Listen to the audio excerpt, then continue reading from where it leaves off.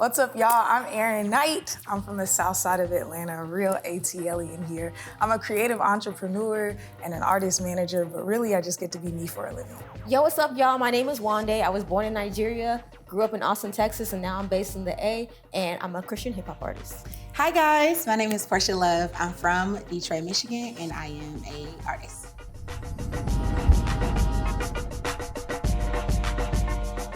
Being a woman in hip hop is like empowerment. I feel like hip hop, like just the beats alone is such a strong and like powerful thing. So whenever you feel it, it's just like the perfect landscape to just empower people, to even educate people. Like you can say so much in a rap that you can't necessarily say like while singing because it's slower most of the times melodically. Yeah. But I just feel like when I listen to rap, like it gets me hyped. I'm like, oh yeah, I am that person. Yeah. So it gets you in the zone, and I just think of how much hip hop has affected my life. Like it's changed my mindset drastically. Like I've learned so much. To me, being a woman in hip hop is energy. Yes. You know? Because when we walk into a room, everything shifts. And I think that, especially being on the business side, being able to see my influence and my fingerprints throughout so many things, because as a woman in hip hop, like you said, I'm influencing men and women, mostly men at this point because the genre is dominated by men. Yeah. So I think that we're discounted a lot when it comes to the music business, but we're behind everything. Every one of our favorite artists, there's a woman behind them. Typically a female manager. Music has always been like very, very prominent in my life, especially growing up in Detroit. Like, you know, Motown, music is everywhere. Like we would rap in schools, we would rap like at the lunch table, you know what I'm saying? You could do, everybody is musically inclined in any type of way in Detroit. Like that's how I feel about Atlanta. Yeah.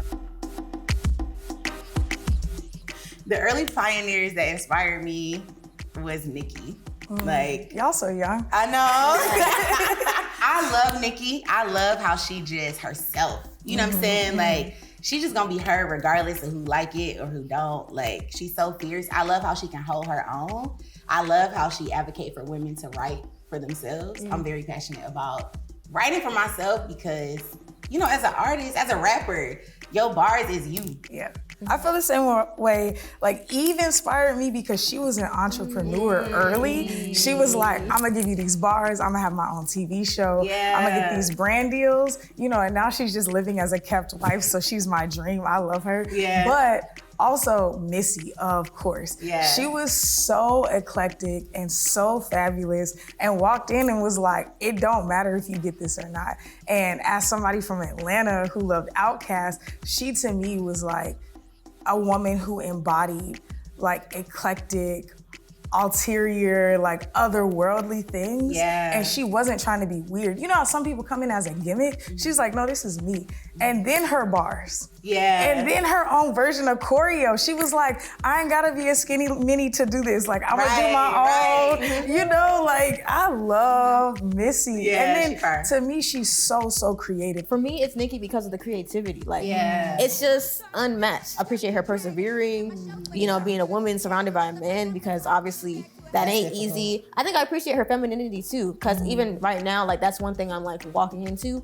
And so I think her just being unapologetically a woman and not trying to like masculinize what she was doing, I think I really appreciated that, because I think that's also why so many of us women gravitated to her, because like it was like, oh yeah, I love Barbie, I love. Not gonna be sassy. Yeah, and so I think all of that like let us like be ourselves and be feminine, but then still love rap, and so like and not feel like you have to compromise one of the two. So. Yeah, I definitely feel like it was a time where being a woman, you know, in hip hop was viewed as being masculine. Yeah, you for know, sure. Like with Eve, even with Eve and Missy, for sure. And like I would hide the fact that I was a rapper. Like when I would meet guys or like be like with friends or whatever, if they would talk to me, I wouldn't tell them that I rap, because I always deemed it as being, oh, they gonna think I'm masculine. Oh, they gonna think da, da, da, da.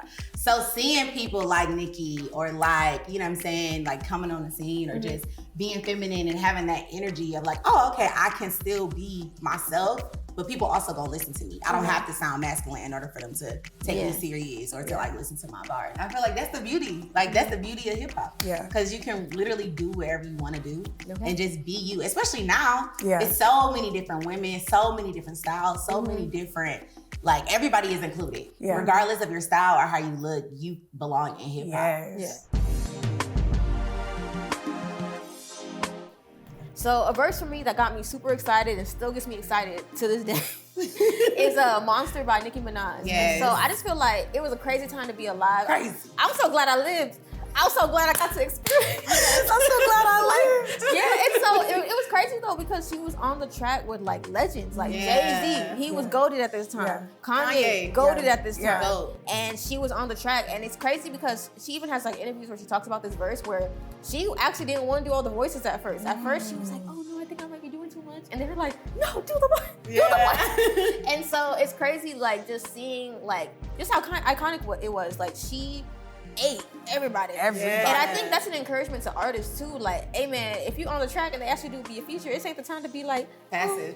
Like this is the time to go hard. I think for me, it's the entirety of Work It from Missy Elliott.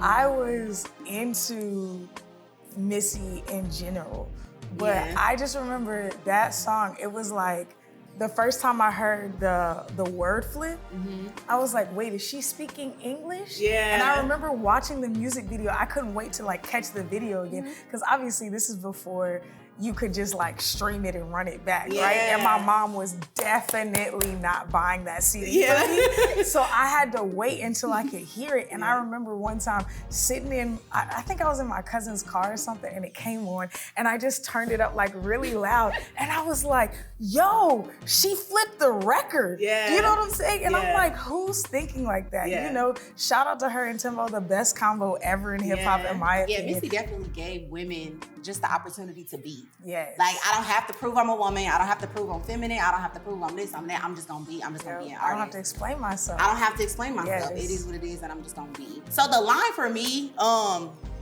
is paying homage to the women in today's time. You know, you thought I was feeling you. Oh, You know what I'm saying? You thought I was feeling you. Like, listen, the ladies of today's time in music, I don't care what nobody say. Like, I love the way that they on. Yes. And I love that we are unapologetically ourselves. Yes. Like, especially as Black women. You know what I'm saying? Like, to express ourselves and to have like a vibe to go with how we feel and to be able to share that with other people.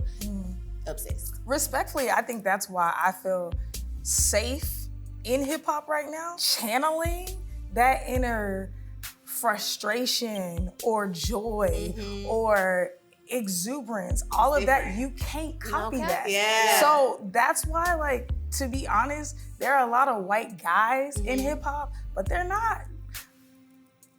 White women can't do what we do right now. You know what I'm saying? So it's like you may be able to rap, but hip hop right now, It's from within. hip hop for Black women is so authentic and pure, so you can't copy that. You can't fake the funk. And I'm loving where we're at right now, especially even shout out to Issa for rap shit, because it's also giving us another platform where it's not just this clandestine, like, oh, the women have this movement of rap. I think that's why it's so important for women to write too, because I feel like men try to capitalize so heavily. So now they know, oh, y'all making money.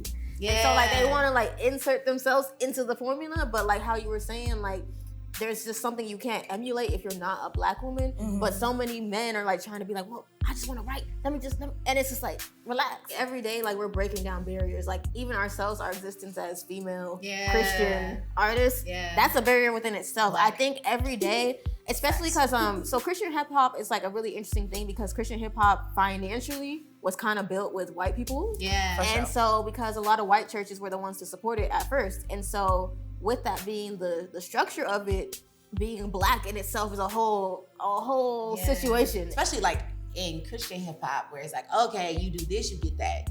You do these shows for all these white people, they pay you, you blow up, you get on Summer Jam. You don't say this thing, you do this little dance, you talk to this, you do a feature with this artist, it's literally, and then you're set for life. It's like an order of operations or whatever, of like, you know, what works, and they want to feed what works. They'll support it, they'll back it, they'll push you because this is what works. Well, when we come on the scene, it's like we challenge the system. We challenge what has been done. So it's kind of, it makes them intimidated to like take a risk or nervous to take a risk. And then that's when God stepped in. Where it's like, okay, if you don't want to, like, you don't have to bet on them, I bet on them. And it's always been like that to me for men. I feel like men have always like had the opportunity to all be able to eat. Yeah. But it always only had to be one woman. Yeah. But like even God is breaking that barrier down. Where it's like, no, I don't have to be one woman at the top. Like we all can be at the top and we all can eat and we all can sit at the same table. You know what I'm saying? So it's a great time to be alive. Right. Yeah. But I got saved at like 2011, and during that process of like God just really changing my life, going from secular to Christian music. I didn't do music because I didn't know that Christian music existed. So when I found out through listening to Trip Lee, I'm Good, I was like, oh, this is fire. Like, let me try to reach out to some women to see if I could collab, because I've always been a girl's girl. So even before like transitioning over into gospel music, like I was on the bandwagon of like, yeah, women empowerment, bump these dudes, we got this, da da da da. It's us, we here. It's us, it's her, you know what I'm saying?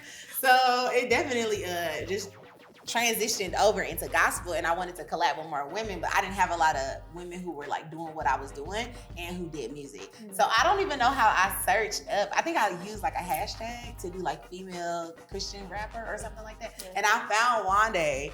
So when I found her, I was like, oh my God, hey girl. I slid in the DM and I was just like, hey, I'm a Christian rapper. Do you want to collab? Like, I'm looking to work with more women in our space. Da, da, da, da, da. I think that y'all's dynamic is proof positive that not only women can like work together, but really be friends in this. Like, I don't see any competition with y'all. Even when, you know, I managed Wande first. Yeah. And I was like, Wande, I'm thinking about like the company managing Porsha. I just want to give you a heads up. And she was like, oh, it's lit. Yeah. I was like, we're multiplying each other and building each other out. So like, I just love that it all started kind of with Wakande, but really with Don't Worry About It. Yeah. And then y'all reference when y'all first met in the lyrics to Don't Worry About It. It's just, it's all super beautiful. I'm thankful. Nah, but it's really beautiful because I've learned so much from like both of y'all. Oh, we love that. But yeah, it's funny. I'm actually an emotional person. It just don't mean it. Yeah, but, come on, Wande. Nah, but it's really funny because like I've just learned so much from y'all too, interacting with y'all. I'm really grateful just to know y'all because like from Erinn, I've learned so much about character, so much about like not letting ego take over, because especially hip hop is so ego driven. For me, I think a lot of times because I'm not always asserting myself when it comes to my accolades or bragging on what I'm doing, people just assume that I'm just happy to be here. I'm not. I created this. Like, what? You know what I'm saying? Like, no, like I orchestrated this and it was intentional, and what you're doing is a part of the thought process and the dream that I created. And you walked into it and thought that I just got here. I've been here. I built this. You know what I'm saying? And so I think for me, I have to really challenge the norms by finding effective ways to communicate with people, even when they don't respect me. I never had the opportunity to interface with me. Even women in business, even Black women in the music business, a lot of them, when you get to a certain level, you get so tired of the bullshit, you just take the check and you go work for a label or a big company. For me to still be an entrepreneur and still be going after it, you know what I'm saying? It's tough. That's why I go to therapy all the time. That's why I send creators to therapy, because it's tough. But I know for me, I'm so interested in breaking down more barriers for women who think, feel, and look like me. So when I want to give up, you know, y'all know a couple months ago, I was like, I think I'm about to give all of this up.